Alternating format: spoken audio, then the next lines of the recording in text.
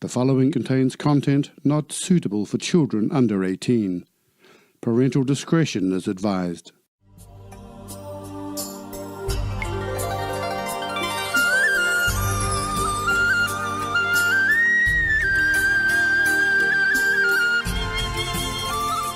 Many of the poisonous snakes and other insects, they smell the blood. So they came there. They came to visit both of them. But they didn't bite her. They bit the husband dead. Yeah. When he's sleeping, they bit him and then he's dead. I keep calling him. He did not answer. So in the morning, I hold his hand to try to pull him to stand up, and then I feel that his hand is so cold, ice cold. And then the whole body was so rigid, it's like a piece of wood. Then after that, I checked out and I knew that he has been bitten by poisonous snake and already passed away. And of course I lamented heaven and earth. And then I collapsed, fainted for a long time. My child kept crying for me. And then slowly I regained my consciousness. And then I have to carry my boy to go further. Yeah. As I enter one of the very desolated street, there was a big river, but the water is not too deep. There's no boat. So, okay, now I understand.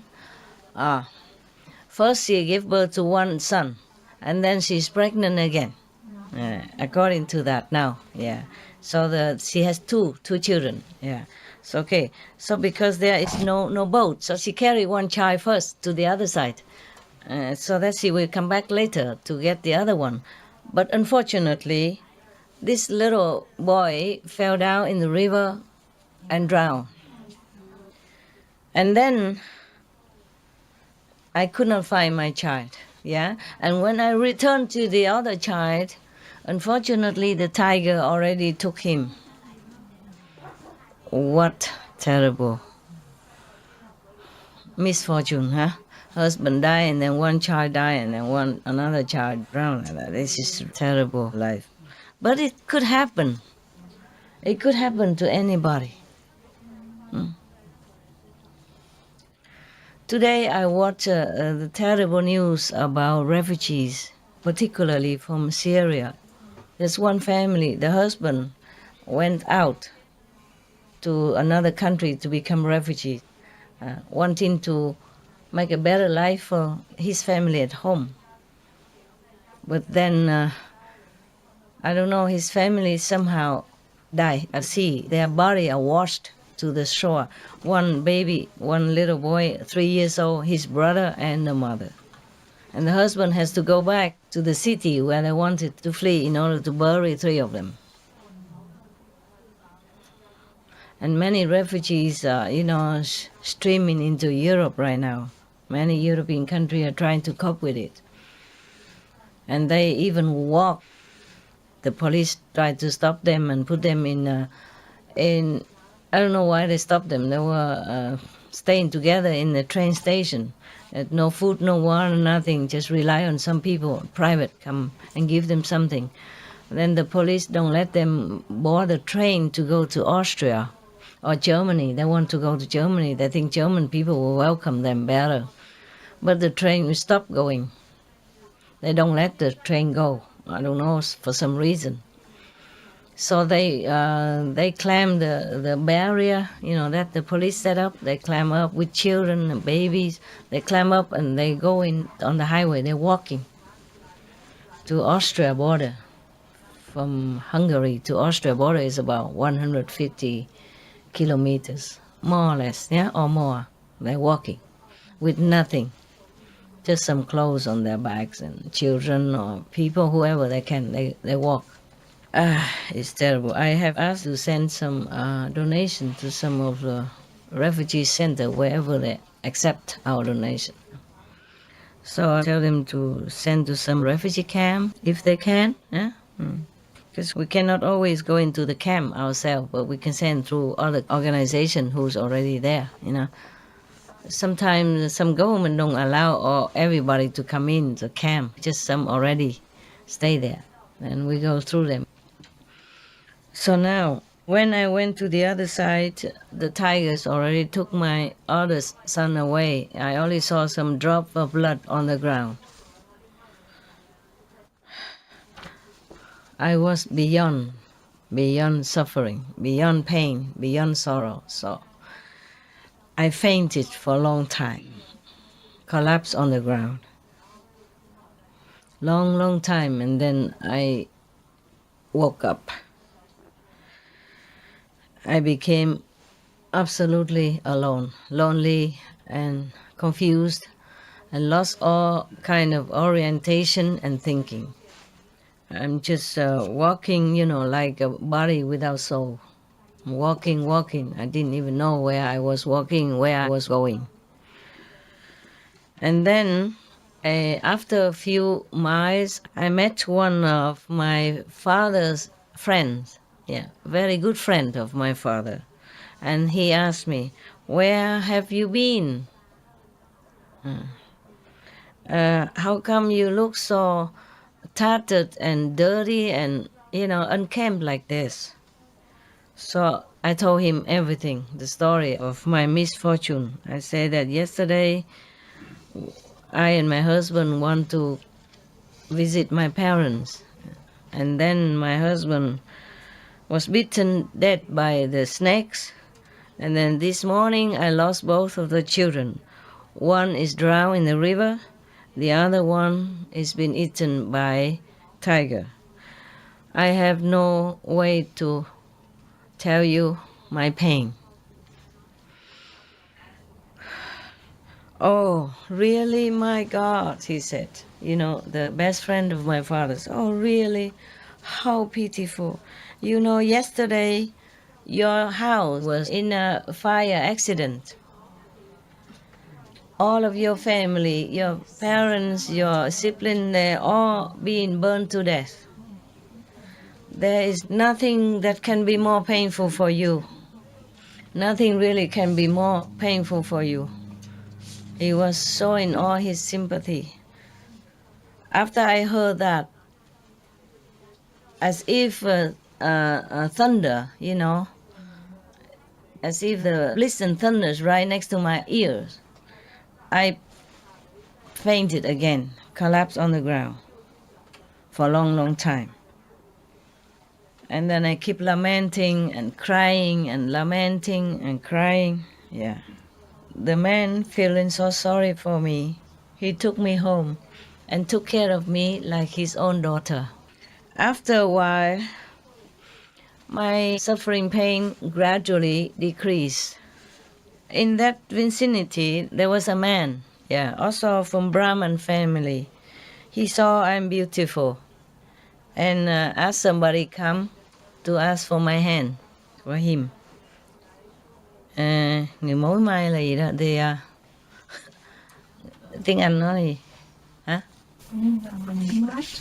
The matchmaker. Yeah, he asked the matchmaker, thank you, to come and ask for my hand.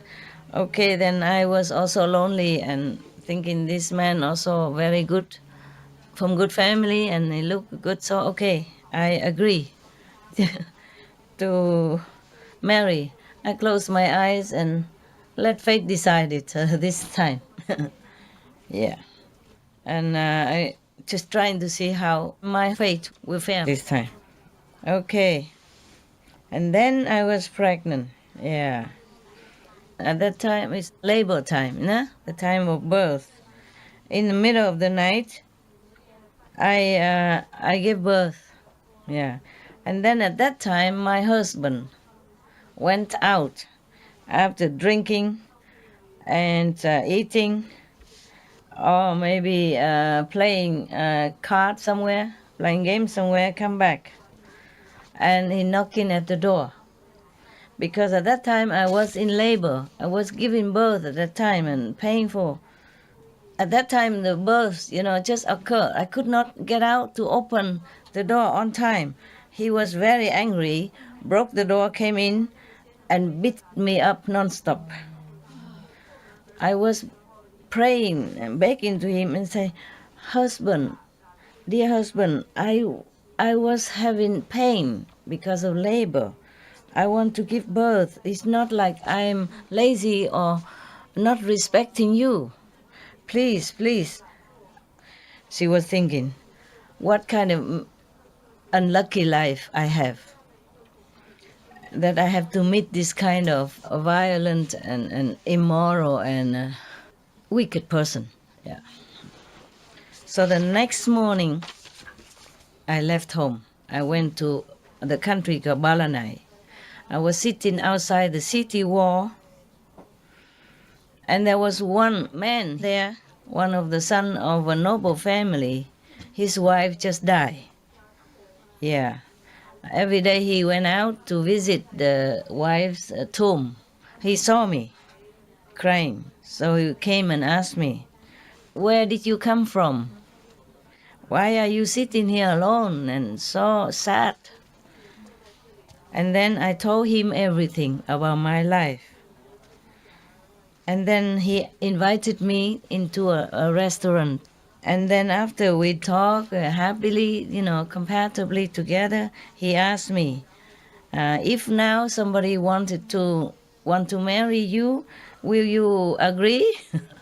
Yeah, already. So I said to him, dear sir, I'm too tired, too fed up. It's not really the married life. It's not much happiness in it. Even a little happiness is a short-lived. And afterwards, it's only suffering and non-stop. Yeah. It's very difficult to find a good-hearted man. Yeah, and then if I meet a wicked person again, it's even more suffering. So he asked me, so you want to live alone all your life now? Like that? Yeah.